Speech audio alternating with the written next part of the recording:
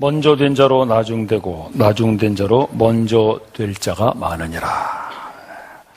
우리도 교회 생활에서 가끔 쓰는 말이죠.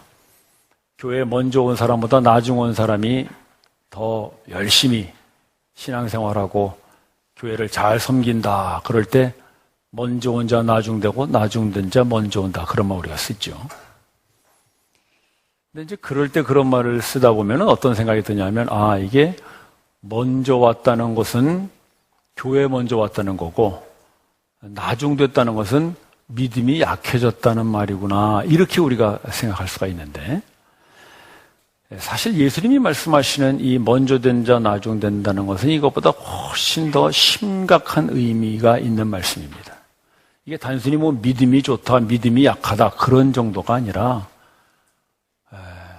우리가 아주 좀 더 깊이 있게 이 말씀의 의미를 경고로 받아들여야 하는 그런 말씀입니다. 제가 이 말씀과 같은 말씀을 다른 복음서에서 좀 비교하면서 설명을 드리겠는데요. 마태복음 말씀 먼저 한번 보십시다. 여러분들이 이제 한번 속으로 읽어보세요. 이 이제 예수님의 포도원 비유에서 나오는 결론이거든요. 주인이 이제 포도원에 일할 사람들을 구하러 나갔지 않습니까? 근데 아침부터 와가지고 하루 종일 일한 사람과 마감 1시간 전에 와서 일한 사람이 품삯을 같이 받죠. 그러니까 아침부터 와서 일한 사람은 당연히 불평할 거 아닙니까? 그러면서 주인에게 이건 좀 잘못된 거 아닙니까? 이렇게 하면서 이제 항의를 합니다. 그때 주인이 그 사람에게 하는 말이 바로 이 말씀입니다. 네 것이나 가지고 가라 그래요. 이게 좀 그래도 성경이니까 점잖게 썼지 우리 식으로 얘기하면요, 네 것이나 가지고 꺼져라 그런 말이에요.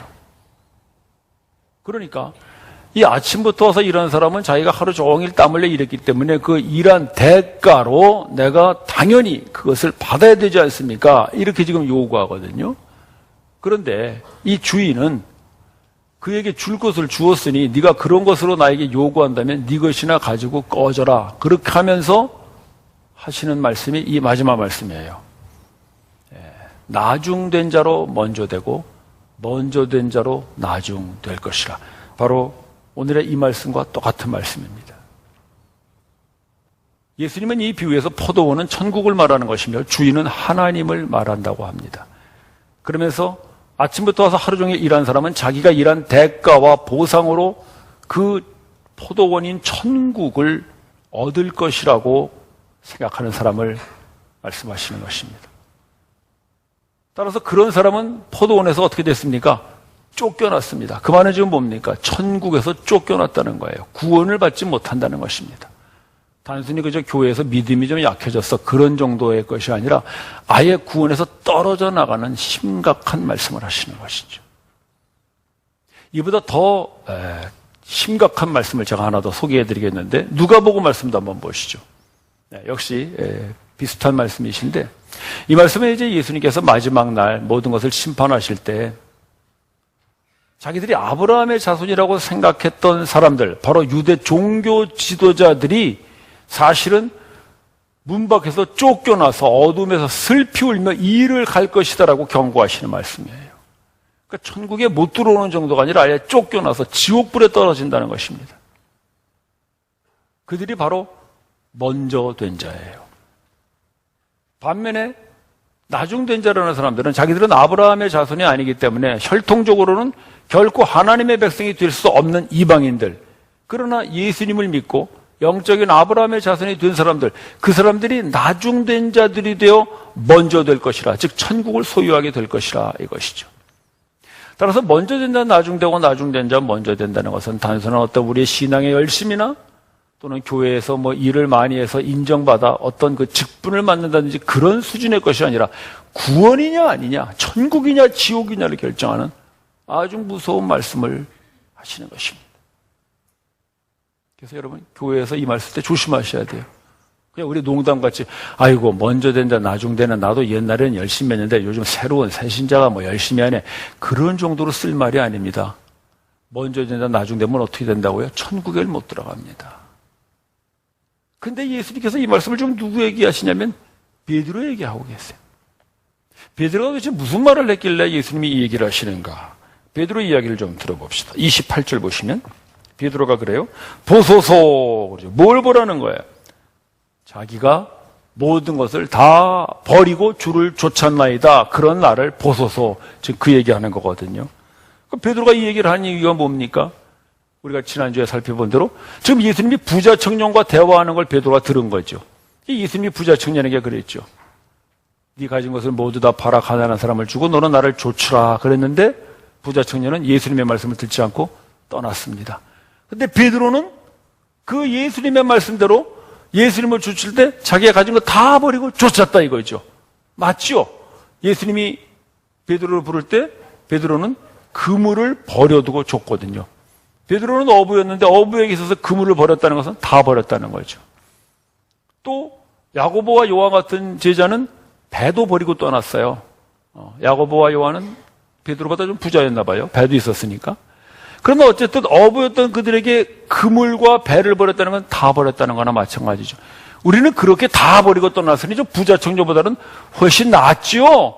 우리를 좀 보시죠. 라고 자기 자신을 과시하는 얘기를 지금 베드로가 하는 것입니다. 근데 그 과시하는 이야기를 들으시면서 예수님이 하실 말씀이 29절 말씀이에요. 자, 우리 계속 보실까요? 내가 진실로 너에게 이르노니, 예수님 먼저 진실로 할 때는 강조한다고 그랬잖아요. 뭘 강조하시는가 봅시다. 나와 복음을 위하여 집과 그랬어요. 집. 자, 우리 하나하나씩 한번 살펴봅시다. 예수님을 좇는 것 때문에 집을 버린 자는 어떻게 됩니까? 30절 후반부에 보시면 100배나 받습니다. 여러분, 예수님 말씀입니다. 집을 버리고 예수님을 쫓는 자는 집을 몇 채 받습니까? 100채 받습니다. 그것도 어디서 받습니까? 30절에 보세요. 금세 받습니다. 금세.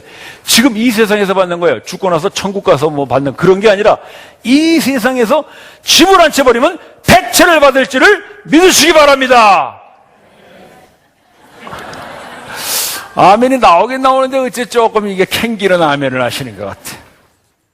또 쭉 지나가면 마지막에 뭐가 나와요? 전토도 나오죠. 전토. 마지막에 전토 땅이거든요. 자, 땅 100평 버렸다. 예수님 쫓느라고 100평 버렸다. 그럼 몇 평 받습니까? 10,000평 받을 줄을 믿으시기 바랍니다.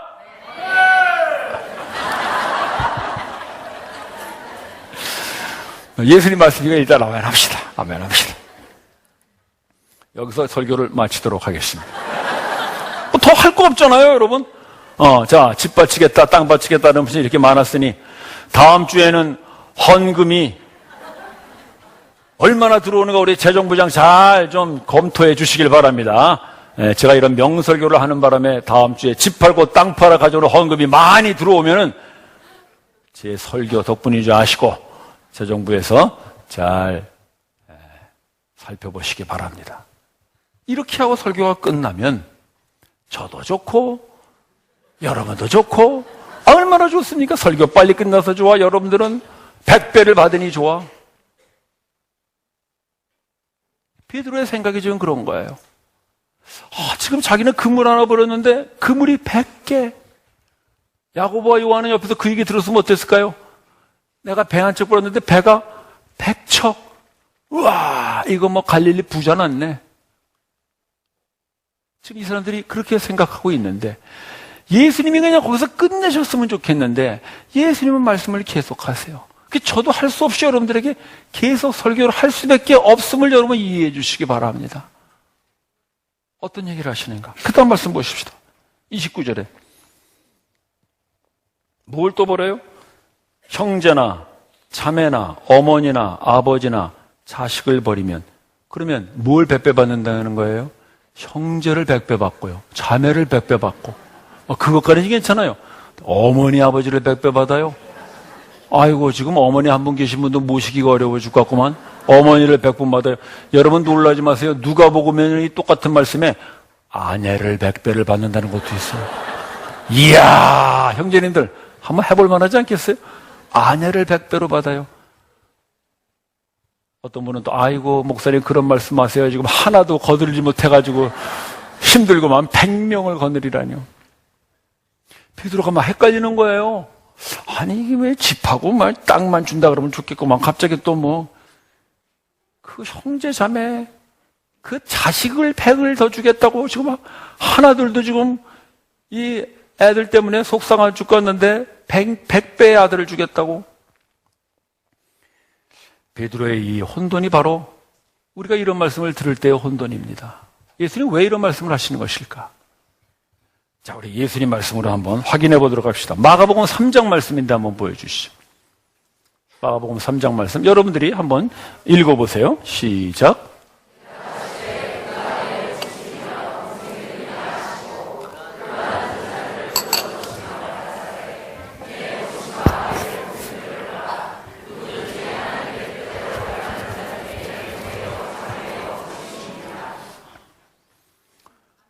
예수님께서 이제 이렇게 동네를 다니시면서 복음을 전할 때 예수님의 가족들이 찾아왔죠. 어머니 마리아하고 동생들이 찾아왔습니다. 근데 예수님이 그 사람들을 만나주지도 않아요. 그러면서 하시는 얘기가 뭐냐면 내 가족이 누구냐 그러시는 거예요. 당신의 가족들이 찾아왔습니다. 그러니까 예수님 하시는 말씀이 여기 있는 이들을 보라. 그들이 누구냐면 제자들이거든요. 그리고 그 동네에서 예수님에게 와서 병 고쳐달라는 사람들, 예수님의 말씀을 듣겠다고 온 사람들, 그런 사람들이 옆에 서 있는데 그 사람들을 두고 하나님의 뜻을 따르는 자들이 나의 모친이요 동생들이라 말씀하십니다. 하나님의 뜻이 뭐예요? 하나님이 보내신 분 예수 그리스도를 믿고 따르는 것이 하나님의 뜻이에요. 즉 그들이 지금 하나님의 뜻을 따르고 있어요. 그 사람들이 누구예요? 예수님의 가족이에요. 예수님은 육신의 가족을 말하지 않고 영적인 가족을 말하는 거죠. 그게 예수님의 가족관이거든요.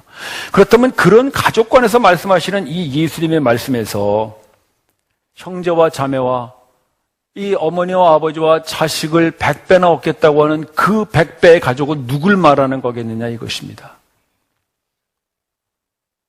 베드로는 나중에 이것을 깨닫습니다. 예수님이 부활승천하신 다음에 베드로가 교회를 세웁니다. 그리고 교회에서 그는 많은 영적인 형제 자매들, 영적인 어머니 아버지 자식들을 만납니다. 아, 예수님 말씀하시는 100배의 가족이란 바로 혈육이 아닌 이런 교회 안에서 만나게 되는 영적인 가족들이구나. 성도가 바로 이 100배의 가족임을 베드로가 깨닫습니다. 형제 자매 여러분, 예수님이 우리에게 약속하신 100배의 가족, 그들은 바로 다른 데 있는 것이 아니라 여러분 옆에 있는 우리 같은 교회의 성도들임을 믿으십시오. 어제 저희 교회 어느 자매님 어머님이 돌아가셨어요. 그래서 저 어제 입관 예배를 드리러 갔는데 가보니까 그 어머니가 100세를 사시고 가셨어요. 백수를 하셨어요. 참 100살까지 사시기가 쉽지 않잖아요. 근데 그분이 얘기를 들어보니까 우리나라 아주 1세대 신자세요. 주기철 목사님한테 세례를 받으셨다니까 그때 예수 믿은 분들이면 되게 초대거든요. 우리나라로서는. 근데 이제 이분이 나이가 많으시다 보니까 아들들이 다 이제 나이 들어서 죽었죠. 그러니까 100세의 아들이니까 뭐 70, 80 막 이렇게 되시지 않았겠어요. 그래 이제 가보니까 상주가 우리 자매님이에요. 딸이 상주야. 그래, 야, 어떻게 가족들이 없나 얘기를 들어보니까 이제 먼저 돌아가셨다는 거죠. 그래, 그 언니하고 우리 자매님하고 딸 둘만 이제 상주로 있고 나머지는 전부 나이 어린 손자들이더라고요. 이제 예배를 다 드리고 나오는데 이 자매님이 길거리까지 쫓아나오면서 하시는 그 말씀이 참 제 마음을 찡하게 했습니다. 오빠들이 다 없어서 어머니 장례 치르는데 참 쓸쓸했는데 교회에서 이렇게 많이 와주시니까 내가 혼자가 아니라는 걸 알겠습니다. 그러면서 제 손을 꽉 잡으면 고마워하시는 거예요. 육신의 가족들은 다 죽었지만 영적인 가족이 바로 여러분 옆에 있는 줄을 믿으십시오. 그게 바로 이 말씀이에요. 100배의 가족을 주시겠다는 거예요. 자, 여러분, 지금 이 형제와 자매가 우리 교회에서 만나는 성도들, 하나님의 뜻을 따르는 성도들이라고 한다면 지금 여기에 예수님께서 주시겠다고 하는 100배의 집과 땅도 우리가 어떻게 해석해야 되는 것입니까? 그거 역시 육적인, 우리가 이 세상에서 땅을 밟고 사는 그 땅, 우리가 들어가서 사는, 우리가 돈 주고 사서 들어가야 되는 그런 아파트를 말하는 것이 아닌 영적인 집이며 땅이라고 해석해야 마땅하지 않겠느냐 이것입니다.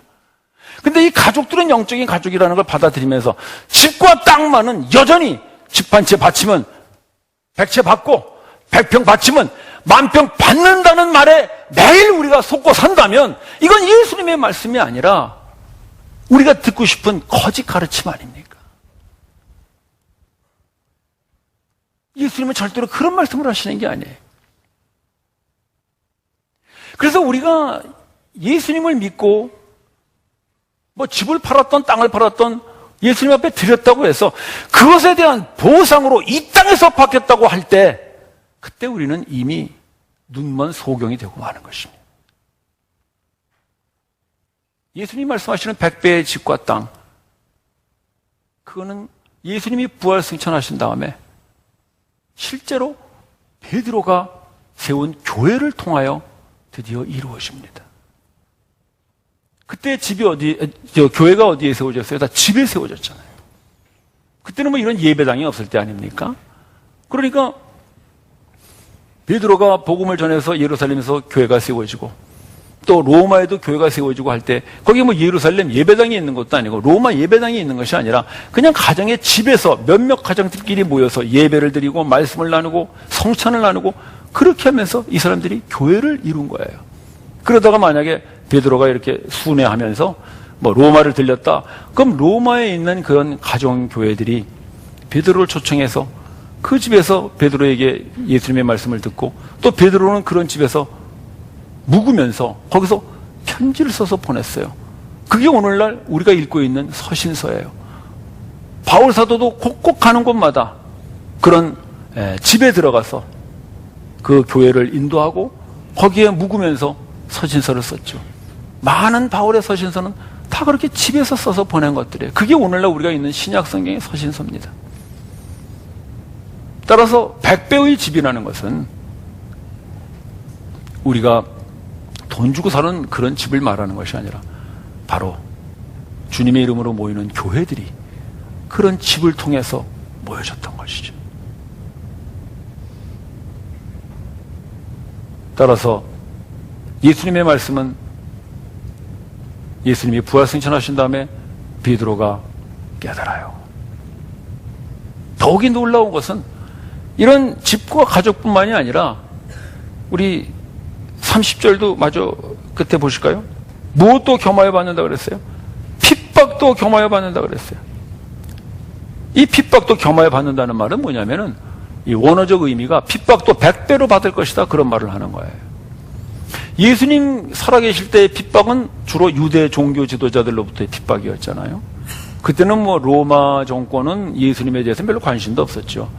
그 12명 제자들 데리고 다니는 그런 조그마한 모임에 그 로마가 별 신경 쓸 것도 없죠. 그러나 이제 유대 종교 지도자들은 예수님에 대한 시기가 있으니까 계속 핍박했어요. 그러나 예수님 부활 승천하신 후에 교회가 받는 핍박은 어땠습니까? 그건 로마로부터의 받는 엄청난 정치적이며 그런 실질적인 압박이었어요. 그러니까 그 핍박은 사실 예수님 당시에 받던 핍박에 비하면 정말 100배 아니라 1000배, 10,000배도 되는 그런 핍박이었죠. 더욱이 예수님 때에 받던 핍박은 몇 년입니까? 예수님 공생에 길어봐야 3년에서 3년 반이에요. 그러나 교회가 받은 핍박은 무려 300년이 계속됩니다. 정확히 100배예요. 따라서 지금 예수님께서 말씀하시는 나를 좇는 자가 받을 그 100배의 축복도 그렇고 핍박도 그렇고 모두 다 예수님 부활 승천하신 다음에 맞이할 교회를 두고 말하는 것입니다. 그러나 베드로는 그걸 깨닫지 못했죠. 그래서 그는 언제나 생각하는 게 그저 예수님 따라다니면서 집 한 채 드리면 100채 얻는구나, 배 하나 드리니까 100채 얻는구나, 계속 그것만 꿈꾸고 있는 베드로에게 예수님이 경고하시는 말씀이 바로 이 31절 말씀이에요. 그러나라는 건 뭐예요? 너는 그렇게 생각하고 있지? 예수님 그걸 아셔요. 그러나 먼저 된 자 나중되고 나중된 자 먼저 되리라. 그렇다면 이 먼저 된 자가 도대체 어떤 자라는 것입니까? 그 포도원에 먼저 온 자같이 아침부터 저녁까지 자기가 열심히 일한 대가로 내가 이 땅에서도 100배의 보상을 받고 죽어서도 영생을 내가 보상으로 받아야지 하는 자들, 먼저 된 자예요. 그들은 천국에 들어가지 못해요. 먼저 된 자는 나중됩니다. 베드로도 이렇게만 생각하고 있었다면 그는 천국에 못 들어가겠죠. 아니, 그는 실제로 천국에 들어갈 수 없는 사람이었어요. 그는 그렇게 100배의 것을 이 땅에서 받을 것이라고 생각했는데 그 예수님이 죽고 마니까 어떻게 됐습니까? 도망가 버리고 말았습니다. 예수님이 십자가 끌려갈 때 그는 예수를 부인하고 도망가 버리고 말았어요. 그는 결코 천국에 들어갈 사람이 못 되죠. 그는 먼저 된 자로 끝나고 마는 거예요. 그러나 예수님은 그를 포기하지 않으십니다. 그래서 베드로가 도망가서 다시 갈릴리 바닷가 가서 나는 어부로 살겠다 하는데 그 바닷가를 예수님이 부활하신 후에 찾아오세요. 은혜죠. 참 은혜입니다. 찾아오셔서 베드로에게 묻습니다. 네가 나를 사랑하느냐? 베드로가 말할 수가 없죠. 그 예수님 보는 데서 부인하고 저주했던 그 베드로가 어떻게 예수님 앞에서 내가 당신을 사랑한다고 얘기하겠습니까? 가슴이 메어오는 거죠. 그때 베드로가 얼굴도 못 두고 하는 소리가 그겁니다. 내가 주를 사랑하는지 주께서 아시나이다. 그건 뭡니까? 깊은 회개의 고백인 거예요. 사랑을 운운할 계제가 아니에요. 지금 이 사람은 나 같은 사람 다시 찾아오시다니. 그러고 있을 때 예수님이 말씀하십니다. 내 양을 치라. 베드로가 그 얘기를 듣고 교회를 세우고 성도들을 돌아봅니다. 그때 베드로가 그렇게 교회를 섬기고 성도들을 돌본다고 해서 그것에 대한 보상을 생각할 수 있을까요? 예수를 버리고 도망갔던 자에게 다시 한번 그런 기회를 주신 그분의 말씀을 듣고 교회를 돌보고 성도들을 돌보면서 내가 그것에 대한 대가를 받고 그것으로 내가 영생을 취하리라고 생각할 수 있겠습니까? 나중된 자입니다. 그래서 그는 그런 데 대한 아무런 보상도 아무런 대가도 바랄 것 없이 그저 주님께서 나에게 다시 한번 이 기회를 주셨구나라는 것을 감사해서 그는 죽는 순간까지 그렇게 섬긴 것입니다. 포도원 비후에 마감 1시간 전에 들어온 사람이 바로 이런 나중에 변화된 베드로 같은 사람이죠. 아무도 그 사람들을 고용해 주지 않았어요. 아침부터 고용된 사람들은 실력 있고 능력 있고 무언가 힘이 있는 사람들이니까 먼저 고용됐겠죠. 그러나 오후 내내 시간이 가도록 아무도 고용해 주지 않는 사람, 실력도 없고 능력도 없고 힘도 없어 보이는 그런 사람, 하루 일당을 벌 수도 없는 그런 사람인데 포도원 주인은 그를 불쌍하게 여겨 마감 1시간 전에 그를 고용해 줍니다. 그가 고용되어 들어와서 일할 때 그는 어떤 마음이었을까요? 그러나 아마 하루 일당을 기대할 수도 없었을 거예요. 그저 1시간치라도 주면 감사하지. 나같이 아무도 고용해 주지 않는 사람을 이 포도원에서 그래서 써주는구나라는 것으로 감사해서 그는 다만 1시간이라도 최선을 다하여 자기의 힘껏 했을 것입니다. 비록 실력 없고 능력 없어서 큰 일을 못 이루었다고 할지라도 말입니다. 나중된 자입니다.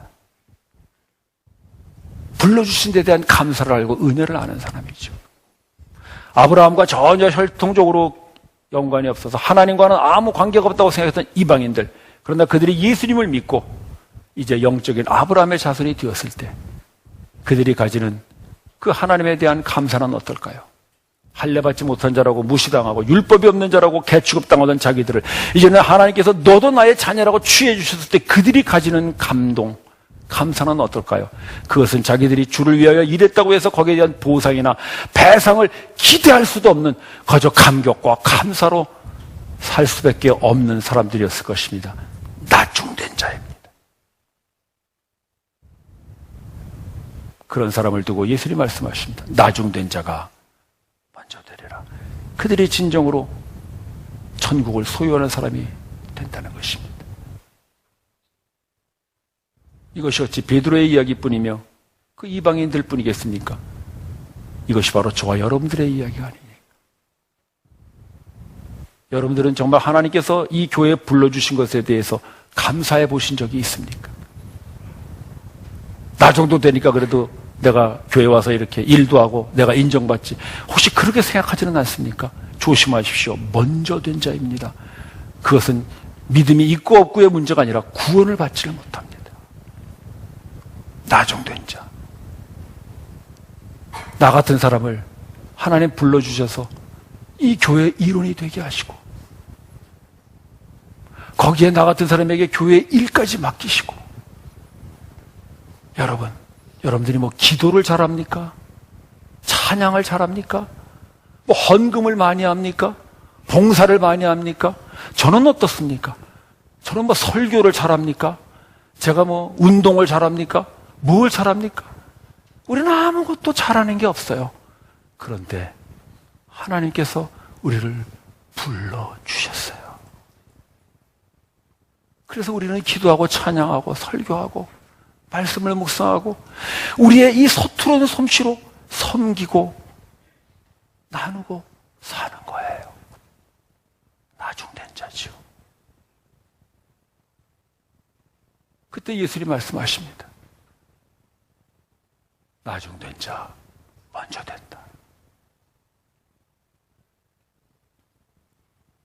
참 가만히 생각해 보면 우리 모든 형제자매들이 곳곳에서 일하는 모습들 아무도 알아주는 사람도 없고 또 알아달라고 하는 사람도 없고 그저 묵묵히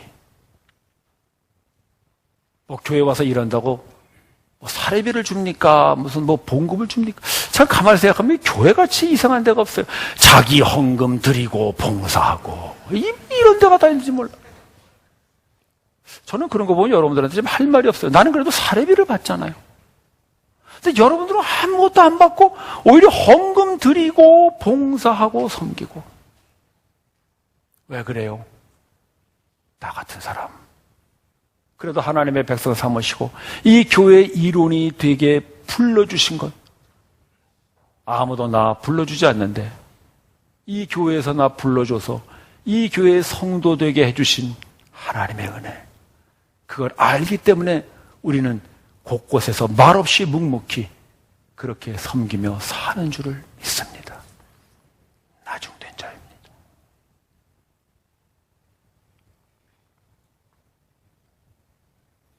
먼저 된 자 나중되고 나중된 자 먼저 된 자는 말은 우리가 그렇게 쉽게 말할 수 있는 얘기가 아닙니다.